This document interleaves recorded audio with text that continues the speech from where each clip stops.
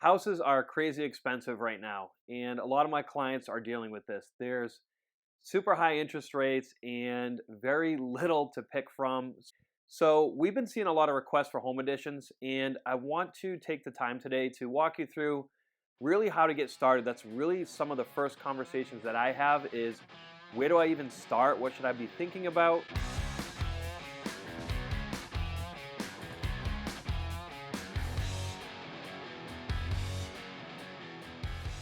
Okay, so I'm here to try to make this as easy as I can for you. The first step you're going to want to take is just figure out the size of the addition you want to build.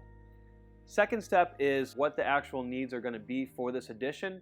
There are so many things you can do with a remodel that can completely blow a budget. Last thing you want to do is build an addition that's going to price you out of the market should you go to sell that home in 10 to 15 years, because you want to try to recoup some of this investment, if not get most of it back. Third thing you're going to want to do is actually get onto the town's website that you reside in, the town or the city, and figure out what type of zone you live in.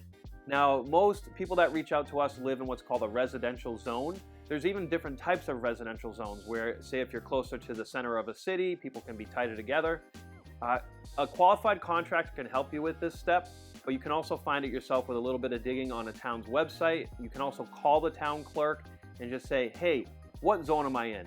That zone is going to determine what's called setbacks. Now, setbacks for an addition really are how far can you encroach in your yard space before you've reached your limit of this is as far as I can build. So setbacks is going to be one of the key features to building your addition because you want to be within those limits. If you're not in those limits, you can apply for what's called a special permit, but it takes way longer to get something like that approved. Next step, get a qualified contractor on the phone and figure out, generally speaking, what your investment is going to look like. Contractors that do additions a lot should be able to give you some very rough preliminaries on what your build would look like, whether it's a square foot price, whether it's by the job price. Once you have that information, it is now time to move to design. And you're going to want to work with a firm that does architectural designs because towns do require a pretty formal set of plans when it comes to addition.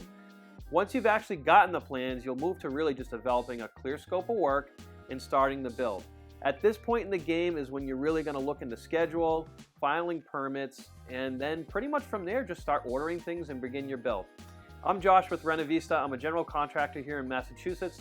Just want to thank you for tuning in. If you liked this video, if it gave you some value, we would really appreciate a like and a subscribe.